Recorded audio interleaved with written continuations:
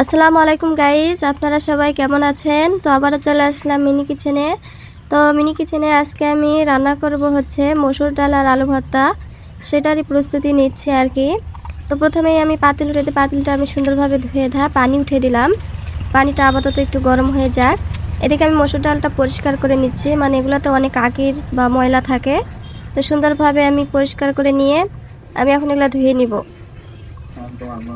ধুয়ে ধায়ে আমি এখন হচ্ছে পানিতে দিয়ে দিব, পানিতে না সরি পাতিলে দিয়ে দিব। তো এই তো সুন্দরভাবে আমার ধোয়া কমপ্লিট হয়ে গেছে। এখন আমি হচ্ছে আলুগুলা ধুয়ে নিব সবগুলো।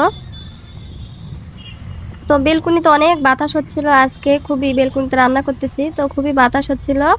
তো বাতাসে আমার কুলোটা পড়ে গেছে। তো যাই হোক, আর বাজের যে শব্দ রে বাবা, কি ভয়েস দিব। তো এই তো আমার সুন্দরভাবে আলুগুলাও ধোয়া হয়ে গেছে। আমি এখন একে একে সবগুলো আলু দিয়ে মসুর ডাল আর আলু সুন্দরভাবে সিদ্ধ করে নিব। তো আর একটু পানি দিয়ে দিলাম, মানে প্রপারলি সিদ্ধ হতে একটু দেরি হবে। এদিকে আমি হচ্ছে পেঁয়াজ আদা রসুনগুলো কুটে নিব।